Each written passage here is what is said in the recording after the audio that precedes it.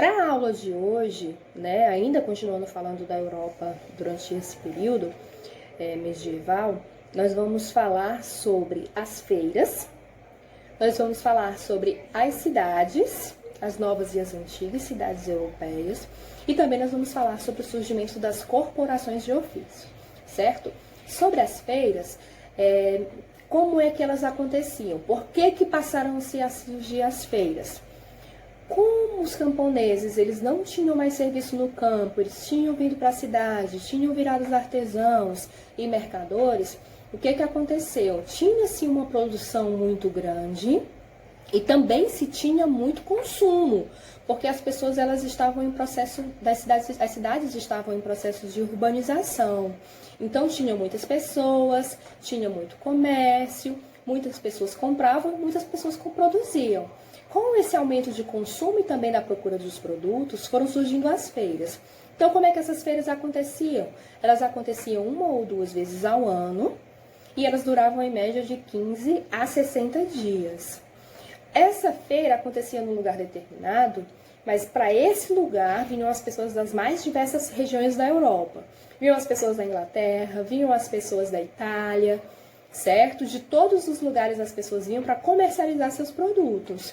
E aí o que acontecia? Como cada pessoa vinha de uma região determinada, cada pessoa trazia consigo sua moeda, né? Então, como é que se podia comprar? Como é que o comércio funcionou durante as feiras?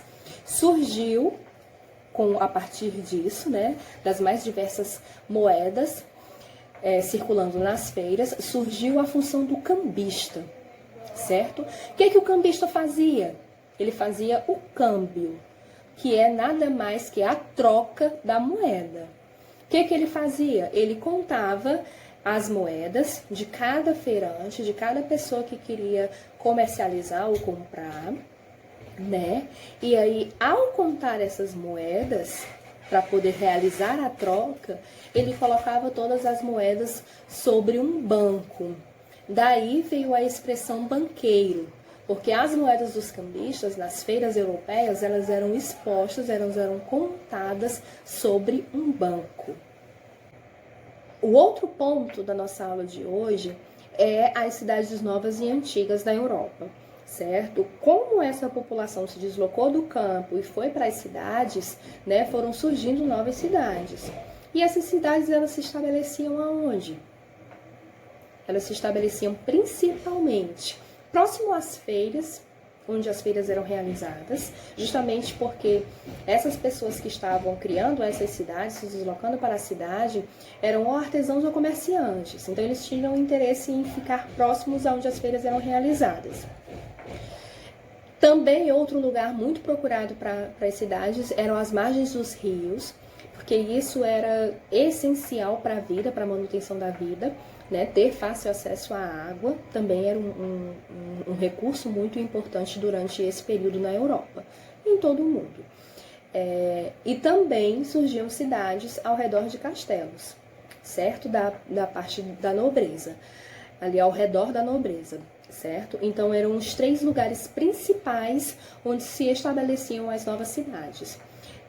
Apesar de ter toda essa movimentação do campo para as cidades, as feiras, o surgimento de novas cidades, o processo de urbanização da Europa, ele se deu de maneira muito lenta, né? Ainda tem até um historiador que ele diz que durante o ano, né, no ano de 1300, a cidade mais populosa da Europa era Paris, com apenas 200 mil habitantes. Então, eles eram uma população que estava em expansão, que estava crescendo, mas ao mesmo tempo que estava crescendo, ela estava espalhada por várias cidades, por várias regiões, certo? Então, não se tinha uma concentração muito grande de pessoas numa região só. O terceiro ponto da nossa aula de hoje é os comerciantes, os artesãos e suas corporações. O que eram essas corporações, né? Nós já entendemos quem são os comerciantes e quem são os artesãos. Nós vamos entender agora como essas corporações, o que eram essas corporações e como elas trabalhavam, quais suas funções. As corporações, elas eram como que uma organização, Ela recebeu, inclusive, a organização, a Corporação dos Comerciantes. A mais importante delas foi a Liga Hanseática. Ela era muito fortalecida, ela detinha muitos bens, né? E foi assim durante um período muito extenso na Europa, ela foi realmente dominante. E qual era a função dessa liga? Era organizar os comerciantes para que só pudesse exercer a função de comerciante aqueles que faziam parte da liga. Então ela impedia que outras pessoas praticassem o ofício de comerciantes. E a mesma coisa acontecia com a Liga dos Artesãos, certo? A Corporação dos Artesãos. Só que a dos artesãos ela vai funcionar um pouquinho diferente. Por quê? Porque os artesãos, eles precisavam provar que conheciam o ofício, certo? Como é que eles começavam a vida de artesão? Eles iniciavam como aprendizes, certo? Morando na casa de um mestre. Esse mestre, ele já era reconhecido pela corporação, pela população, pelos próprios comerciantes. Ele já era reconhecido, seus produtos já eram estabelecidos no mercado, e ele abrigava esses aprendizes, e em troca de ensinar o ofício, esses artesãos, esses aprendizes trabalhavam para os mestres em troca apenas de moradia e comida.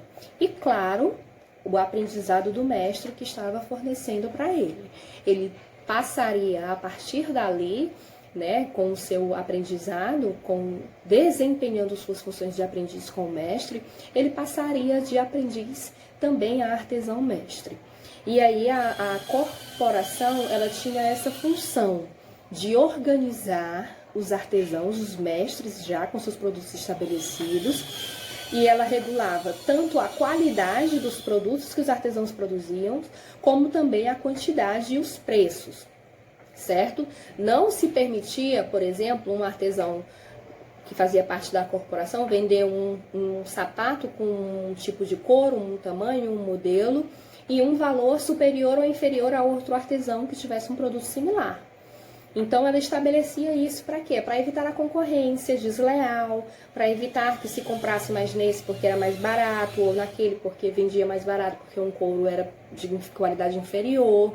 Então, ela organizava e estabelecia qualidade, quantidade e preço, certo?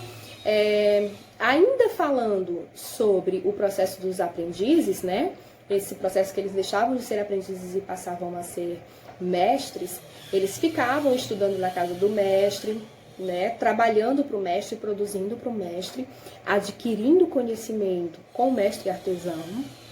E aí, com 7 anos que eles estavam como aprendizes, eles faziam uma espécie de prova que a corporação dos artesãos promovia. E se ele fosse aprovado nessa prova, ele podia exercer o ofício de artesão. Ele passava a receber um salário e ficava produzindo suas peças de artesão. Com 7 anos, passado mais 7 anos, ele fazia uma outra prova. Se ele tivesse um produto de qualidade, um produto de confecção mesmo, dentro do esperado pela corporação, e ele tivesse algum dinheiro, ele mesmo podia montar a sua oficina e ser um artesão mestre. E aí também continuar com o processo de aprendizagem. Ele poderia ter na oficina dele um aprendiz trabalhando para ele, à custa somente da comida e da moradia, né? Mas para ele ser um artesão mestre, ele tinha que ser aprovado pela corporação, ele tinha que passar nessa prova e também tinha que ter capital para poder financiar a construção da própria oficina, né? E também para poder manter o aprendiz, tá bom? Isso são os 3 pontos principais da nossa aula de hoje. Eu espero que vocês tenham aprendido, tenham gostado do vídeo, da nossa aula, e vamos à atividade, tá bom?